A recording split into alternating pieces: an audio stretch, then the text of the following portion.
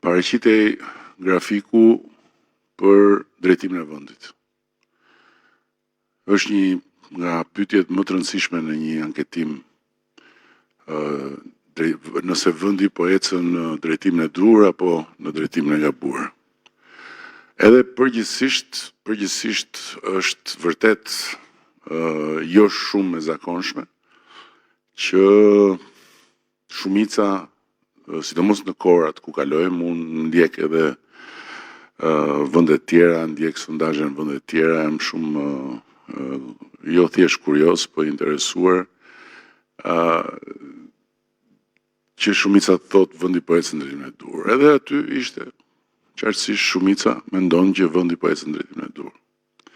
Kthej biseda në studio. Edhe fillonin komentatorët, analistë, quhen ta. Dhe në mënyrën më të habitshme, më tronditse për mua, interpretimi i tyre ishte që populli është i smur. Populli është i smur se është e pabesueshme që të mendoj shumica që këtu gjërat ecin në drejtimin e duhur. Pastaj vinte grafiku tjetër, shumica mendonte që do të votonte Partinë Socialiste. Atëherë situata u bë edhe më e rëndë aty në Berberhane. Edhe komenti ishte populli është çmendur. Përfundimisht o sondazhi është çmendur, o populli është çmendur. Edhe i bënin pyetje atij tipit. Ai unë nuk e di se çfarë ka menduar, por me siguri nuk ka menduar mirë për pyetjet që i vinin nga studioja nga Berberhania në Shqipëri. Pastaj kaloi në një pikë tjetër, kush mendoni se do fitoj. Edhe aty ishte një shumicë edhe më e madhe se ata që votonin ne, që thoshin do fitoj Partia Socialiste. Aty pastaj u përshkallëzua analiza. Ishte po atëre ky popull është i shitur. Rama i ka bler të tërë. Edhe njëri më i zgjuar se tjerët tha, shikoni tha këtu, tha, kam përshtypjen tha që duhet të jetë një situatë që ne nuk arrim dot ta prekim deri në fund, se sa e rëndë është, tha, se këtu tha jetojmë tha me sa duket në një vend tha ku kanë frikë njerëzit të thonë çfarë mendojnë. Edhe nga frika thonë tha që vendi po ecën në drejtimin e duhur, mbështesin Partinë Socialiste. Mirë po, gjëja më interesante për mua ishte si nuk shtronte asnjëri pyetjen, mos vallë unë që jam këtu për të komentuar, jam gabim, mos vallë shumica e popullit ka drejt. Mos vallë ka diçka këtu që unë se di, që unë se shoh, që unë se kuptoj. Mos vallë unë dhe kolegët e mi në këtë rrjetin e Berberhaneve që hym e dalim netve edhe pastaj jetojmë gjithë ditën me llafet e njëri tjetrit. Në të vërtet jemi të shkëputur nga Shqipëria reale? Absolutisht. Asnjë lloj reflektimi në këtë drejtim. Një gjë e pabesueshme. Shkëputja totale midis çfarë mendon populli shqiptar dhe çfarë i thuhet çdo natë dhe pas ka qenë vërtet një popull i jashtëzakonshëm nga pamja e instiktit politik, pas ka qenë vërtet njësh si popull në kapacitetin për ta kuptuar dhe për ta ndjekur politikën pa u manipuluar dhe pa u çorientuar nga një kënet që kur imagjinon që është për natë, e për ditë, hyn nëpër ekrane, nuk merr vesh i pari, dyti, dëgjon vetëm vetëm gjëra që janë në rastin më të mirë gjysmë të vërteta, që siç thot një fjalë e mençur janë edhe gënjeshtrat më të mëdha. Dhe pastaj hyn nëpër portale një çmenduri tjetër, shkon nëpër ato socialet, një luftë atje, bam e bum. Mirë po, pyetja që vjen natyrshëm është po pse votojnë njerëzit.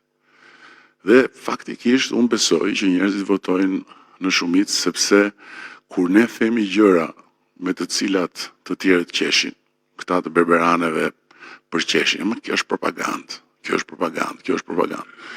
Edhe pse shumë nga gjërat që bëhen nuk dalin nëpër këto pasqyrat e kënetave, faktikisht prekin drejt për drejt njerëz edhe arrin drejt për drejt te njerëzit. Për shembull, kur ne themi që Gjirokastra, kur ne morëm detyrën, kishte 6.000 turistë në vit. 6.000. Ndërkohë që vjet kishte 600.000,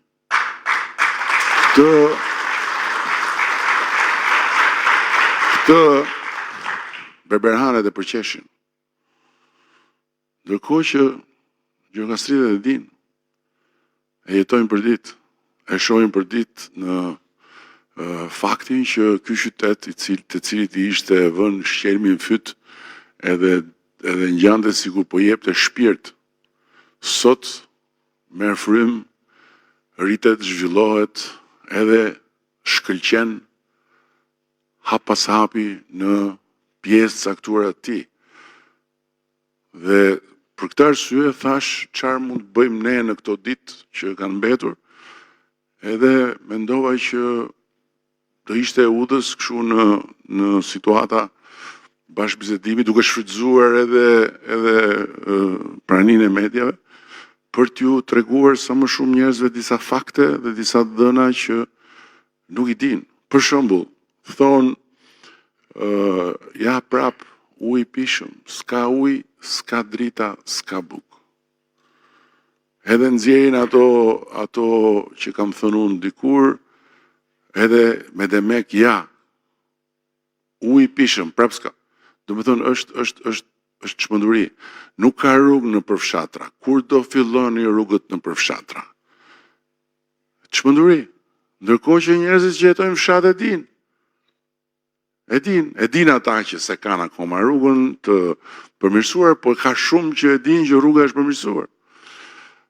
Dhe kur vim te ekonomia nuk është diçka që ti mund ta mbulosh me lule propagandistike. Është diçka që ti fol sa duash, nëse njerëzit nuk e ndjejnë në shtëpinë e tyre që ekonomia po fillon të jap frute dhe po e ndryshon mendimin për të nesërmen të njerëzve, ata nuk shkojnë pas Berihaj, thonë po vendi po shkon drejtimin e dur.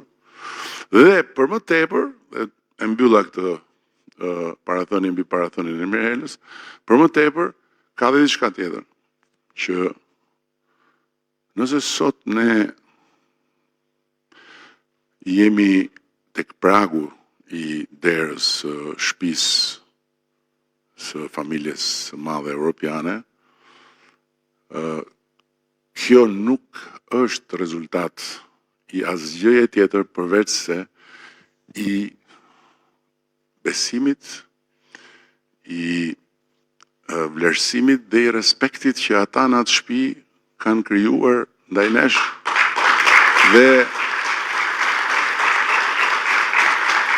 dhe nuk e kanë krijuar se kanë rënë në sevda me atletet e mia. E kanë krijuar sepse Bashkimi Evropian ka një makineri që është makineria më e madhe burokratike e botës, që ndjek 24 orë, 7 ditë javës, çdo gjë që ndodh në një vend që pretendon të hyjë në atë shtëpi. Çdo gjë. Dhe aty nuk të falin ata as për sytë e bukur, as se ju pëlqen deti jon, as se kanë dëgjuar për Gjirokastrën, sepse duan të dinë eksaktësisht ky shteti i ri që po fusim ne brenda, a i përmbush standardet tona? Dhe këtë gjë nuk e llogarit njëri. Shumë interesant, nuk e llogarit. Deri para 10 vjetësh, ne ishim një vend që më besoni ishte shumë e rëndë për mua kur takoja udhëheqësit e Europës.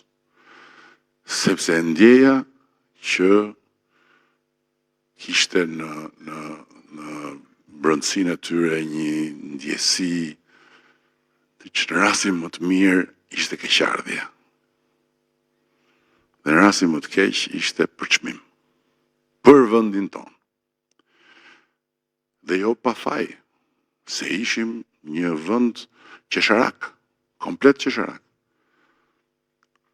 që s'kishte asnjë lloj pozicioni, asnjë lloj, nuk gëzonte asnjë lloj respekti, thjesht formalitet. Edhe ishte tamam si kur takon dikë që ti e shef që ai po të dëgjon, por ndërkohë po të shikon në një mënyrë që të thotë, mbaro tani se kam punë do iki. Kjo ishte. Dhe po të kthejmë syt mbrapa, Shqipëria kurrë në historinë e vet nuk ka qenë në pozicionin që është sot ndërkombëtarisht. Dhe kjo nuk ka ndodhur e përsëris se kanë zbuluar ata detin dhe malin. Ka ndodhur sepse procesi i shtetbërjes që ne e kemi pasur qëllimin ton strategjik qysh në fillim, po shkon drejt përmbylljes vet. Se në momentin kur Bashkimi Evropian të fut brenda, ti je bërë shtet, që nuk diskutohet.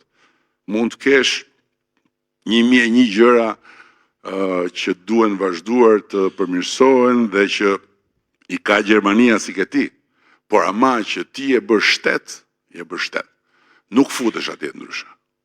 Tani, këtu kam sjell disa të dhëna, dhe po e filloj me këtë dhënë që, sipas meje, duhet mjaftonte për të gjithë këta klientët e berberhaneve që minimalisht t'i jepnin popullit të shumicës një mundësi që ta konsideronin si të arsyeshëm kur thot vendi po shkon drejtimin e dur apo kur thot mbështesin Partinë Socialiste dhe mos ta etiketonin si të smur.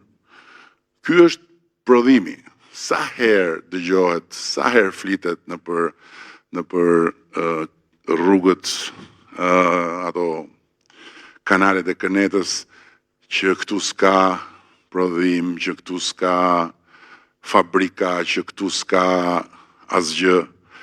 Por ja që shifra flet vet. Prodhimi i brendshëm bruto ose prodhimi përgjithshëm kombëtar është ajo që ka një vend krijon si vlerë në tërësinë e vet. Dhe ajo matet me instrumentat që në fund të nxjerrin shifrën. Sa e ke ti kapacitetin tënd financiar si vend? Më pak se 10 miliard në momentin kur ne morëm detyrën, kemi kaluar 25 miliardët dhe e kemi rritur si kur më parë me 2 herë gjysmë prodhimin e përgjithshëm. Dhe aty është projekcioni për Shqipërinë 2030, 35 miliard, që nuk është si këto gjërat që i lshojnë si ballone dhe si tullumbac të tjerët se kanë fushat. Ajo shifër është rezultati i analizës bërë nga Ministria e Financave në bashkëpunim me ekspertët tanë ndërkombëtar që na këshillojnë në vazhdimsi. Dhe është një shifër dhe çdo shifër që do shikoni këtu është që do shikoni këtu në raport me Shqipërinë 2030 është mbështetur tek analizat financiare. Nuk është që hajde se ne duam ta bëjmë pagën kaq, edhe po e lëshoj mirë, pastaj shohim e bëjmë, po puna e madhe fort në fundit se nuk do fitojmë dhe s'kemi gjëndor edhe nuk do merret vesh, a do e bënim as do e bënim. Vazhdojmë. Këtu tani jemi në një tjetër pasqyrë që tregon sipas meje eksaktësisht se çfarë ka ndodhur me Shqipërinë në këtë dekadë. Sepse këtu rritjen e prodhimit të përgjithshëm, se e keni parë, besoj dhe e keni dëgjuar se tani kanë gjetë dhe një stil tjetër, thonë e solli koha këtë gjë. E bëri koha këtë gjë, do ta bënte koha. Po mirë, po pse nuk e bëri koha Shqipërinë më të mirë në 97-ën, nga ajo që ishte në 92-shin, për shembull. Koha sjell me vete shumë mundësira, por ama qeverisja dallohet pikërisht këtu. Ai shfrytëzon mundësitë e kohës apo i pengon dhe i neutralizon, i asgjëson shanset që të sjell koha. Dhe këtu jemi te koha e përbashkët e rajonit. Shqipëria dhe vendet e tjera të rajonit me radhë, ku Serbia, e cila konsiderohet një nga vendet me zhvillimin më të shpejt të dekadës fundit, shikojeni që faktikisht është gati 40 pikë përqindje larg nesh për rritjen e prodhimit përgjithshëm kombëtar. Ne jemi 109,6% rritje, mesatarja e rajonit është 64,9%. Dhe natyrisht që të gjitha këto janë të ardhura që janë krijuar këtu në Shqipëri. Është vlerë që është krijuar këtu në Shqipëri dhe që duke u rishpërndar ka krijuar një situatë më të qëndrueshme ekonomike për shumicën ndërmuese. Vazhdojmë. Këtu jemi të ardhura për frym. 3.300 euro kur morëm detyrën, 10.300 euro në 2024, 3 herë më shumë dhe 15.000 euro në Shqipërinë 2030, të ardhurat mesatare për frym. Vim tek një shifër tjetër, tek borxhi. Është shumë e rëndësishme që të kuptohet që gjithë kjo rritje nuk është një flusk, nuk është si rritja e piramidave, që në fund fare të merr me vete dhe të hedh në humner.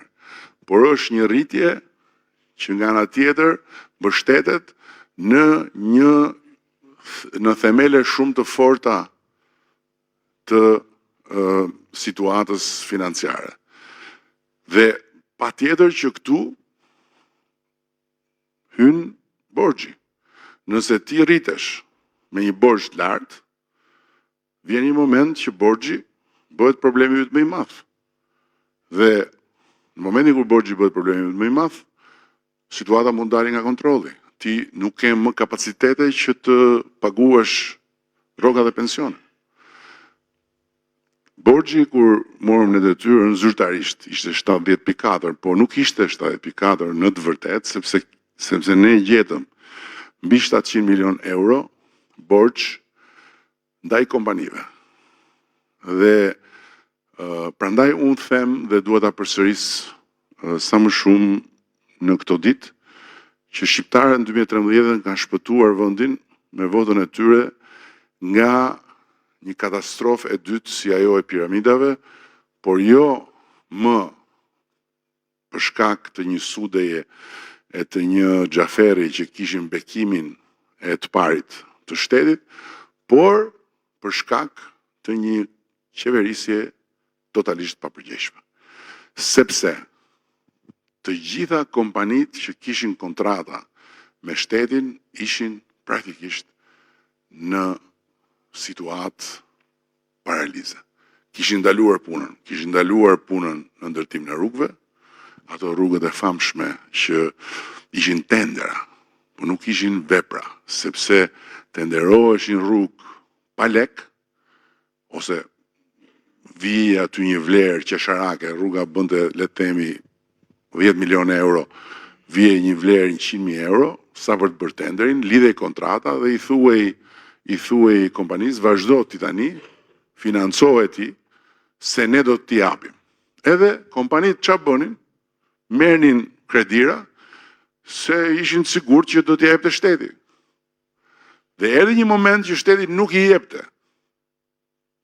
Ata nuk mund të kreditoheshin, dhe këtu do e shikoni më pas që ndodhi me kreditë e këqija, shikoni këtu, ishin gati 25%, jo gati, për 25%. 25% kreditë këqija është momenti kur mund të fillojë llampa e kuqe e stabilitetit bankave. Dhe njëjta gjë ndodhte jo vetëm me kompanitë e investimeve kapitale, por me kompanitë e shërbimeve. Nuk kishte më ilaç në spital. Dhe është e pabesueshme se çfarë se sa keq mendojnë këta të kënetës për popullin shqiptar kur e trajtojnë si budalla.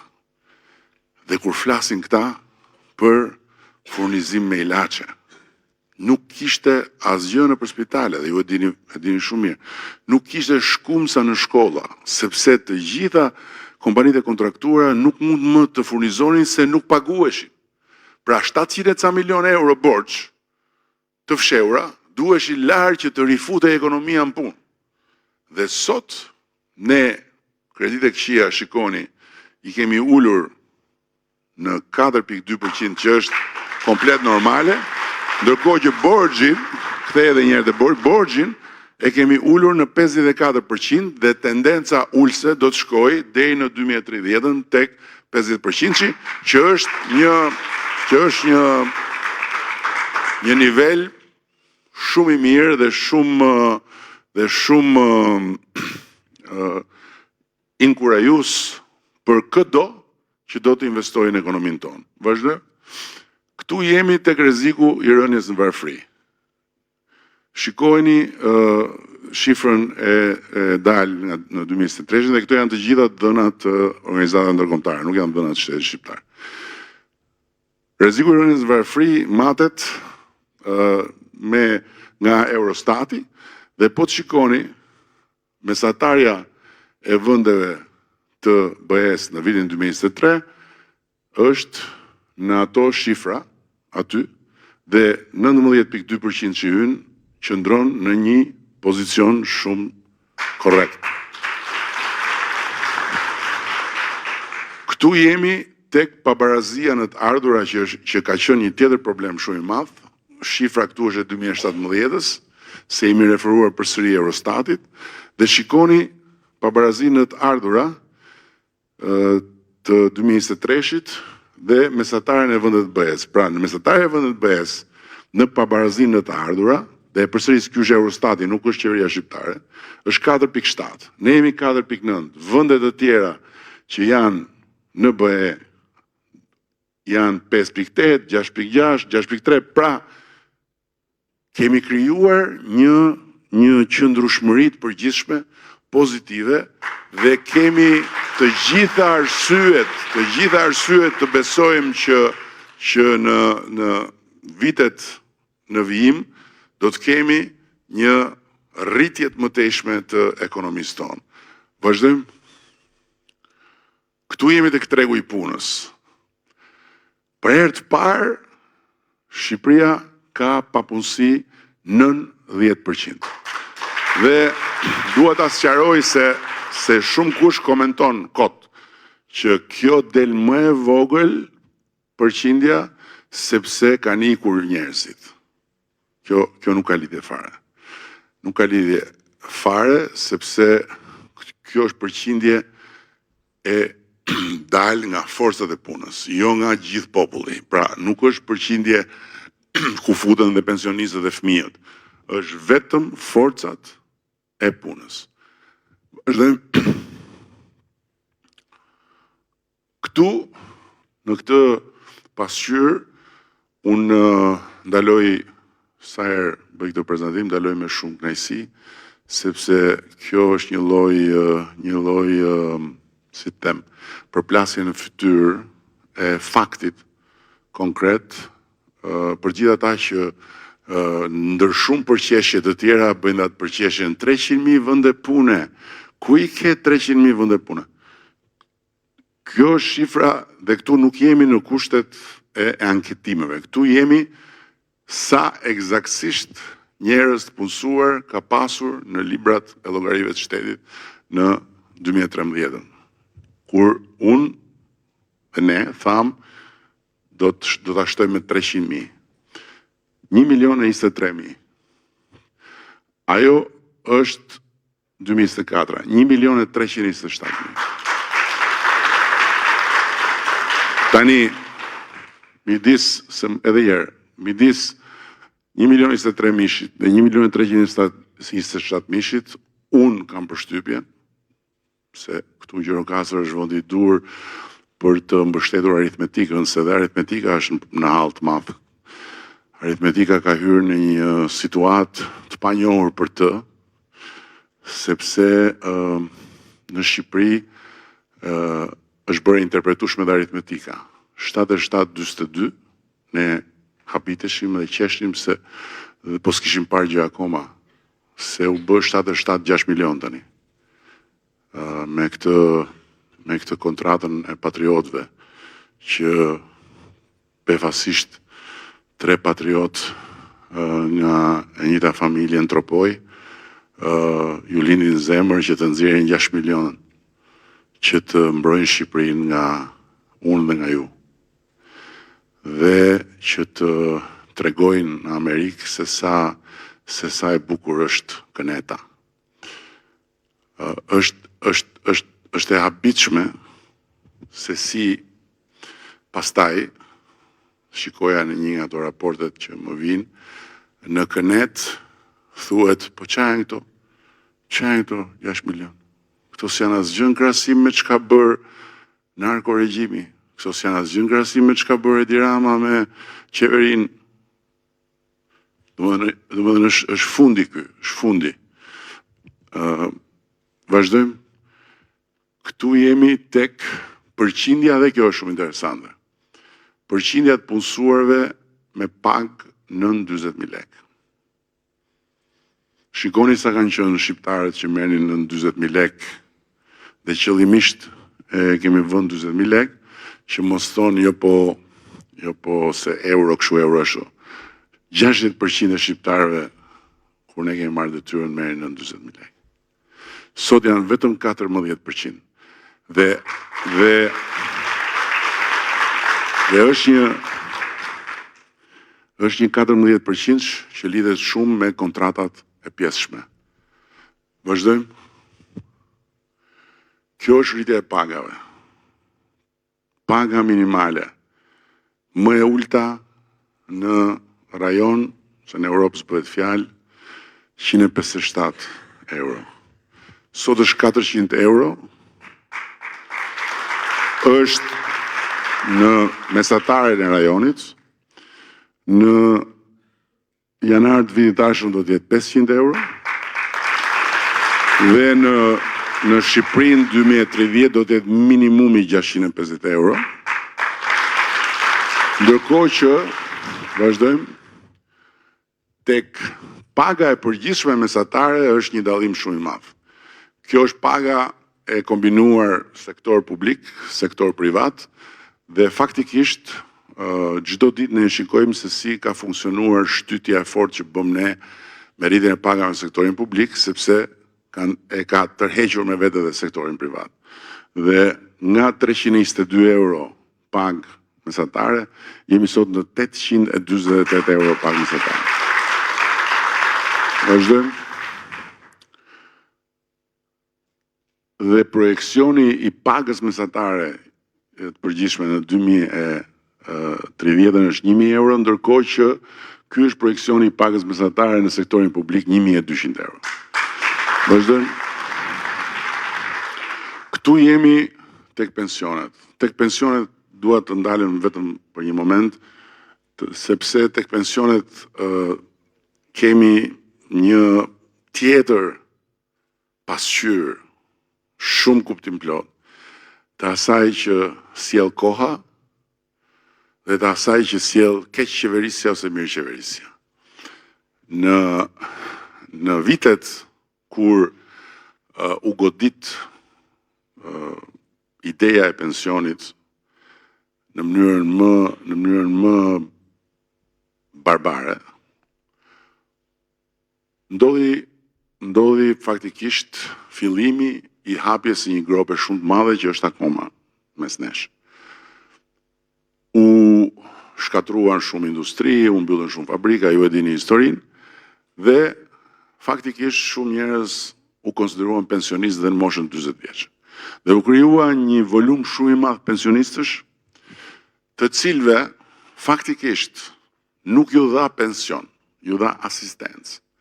Pse? Sepse u vendos një tavan 24.000 lekë, që ti mund të kishe punuar sa të doje, mund të kishe paguar siguri, mund të kishe bërë çfarë doje, nuk hypje në 24.000 lekë. Dhe faktikisht u veprua kështu për 23 vite. Ne nuk kishim një sistem sigurimesh dhe një fond sigurimesh të qëndrueshëm, po kishim një grop që vetëm thelloi. Kur morëm detyrën, ne bëm reformën e pensioneve. Dhe e përmbysëm logjikën. Nuk mund të vësh ti një tavan për pensionin, sepse pensionin duhet ta lësh në funksion të investimit që bën secili duke paguar sigurimin shoqërore, apo dhe duke investuar në fonde private pensionesh, që ne nuk i kemi akoma, por gjithsesi logjika është kjo. Dhe çfarë ndodhi? Dhe çfarë mund shikohet sot? Sot ne kemi dy blloqe pensionistësh. Një blok pensionistësh që kanë dalë në pension përpara reformës tonë, dhe që janë me pensione më të ulta, dhe një blok pensionistësh mbas reformës tonë, dhe nuk janë pak, që kanë pensione më të larta. Dhe ke raste pafund kur merr dy mësues, kanë punuar 35 vjet, kanë paguar njësoj në sigurimet shoqërore, kanë dy pensione të ndryshme. Pse? Sepse njëri ka dalë përpara reformës, tjetri ka dalë mbrapa reformës. Tani, në aspektin moral, kjo është e padrejtë. Në aspektin e sistemit, kjo është e vetmja rrugë, sepse ndryshe, ajo grop nuk mbyllet kurrë, përkundrazi. Mirë, por nga ana tjetër, është shumë e qartë për ne që ne gjithsesi duhet gjejmë një mënyrë që dhe atyre që kanë dalë përpara reformës t'ju vim më pranë, sepse kemi situata pensionesh minimale që janë të pa pranueshme, me thënë të drejtën. Si mund t'ju vim ne më pranë pensionistëve? Pyetje. Dhe po të shikoni, ne s'pari njerë filluam me rritjen e bonuseve, sepse që t'ju vim më pranë pensionistëve duhet të rrisim ekonominë. Unë e kam thënë me kohë dhe është hera, dhe kjo është fushata e parë që unë flas për pensionet. Më parë, ju e dini shumë mirë, nuk kam folur. Kam thënë kjo është pjesa më e vështirë dhe nuk e qasim dot në këtë fazë. Duhet të rritemi ekonomikisht, se po s'patëm më shumë para për të rishpërndarë, çfarë do t'i japim pensionit? Pikërisht pse ekonomia ka filluar të jap rezultate pozitive, ne kemi më shumë të ardhura. Dhe pikërisht pse kemi më shumë të ardhura, kemi një rritje ekonomike shumë të qëndrueshme, na u krijua mundësia që të rrisim bonusin. Fillimisht të rritëm bonusin. Pastaj na u krijua mundësia të japim dy bonuse. Njërin në fund vitit, tjetrin pranverë, gjë që duam ta bëjmë përsëri vitin tjetër. Dhe po të shikoni te bonuset, kemi dy nivele bonusesh. Kemi nivelin deri në 200 euro dhe nivelin mbi 200 euro. Dhe japim më shumë atyre nën. Dhe ata nën janë pensionistët që kanë dalë në pension përpara reformës. Si do t'i ndihmojmë më shumë ata? Dhe çdo ndodhi me pensionistët mbas reformës, sepse sot kemi një pension mesatar 300 euro nëse i referohemi sigurimeve të plota. Atëherë, për pensionin mesatar do të shkoj 400 euro në Shqipërinë 2030, ndërkohë që për pjesën tjetër do të fusim më shumë nga arka e përbashkët për të arritur që të mos ketë në Shqipëri pension nën 200 euro. Kjo është qasja. Por ata të cilët e kanë këtë hall, duhet ta kuptojnë që janë në atë situatë sepse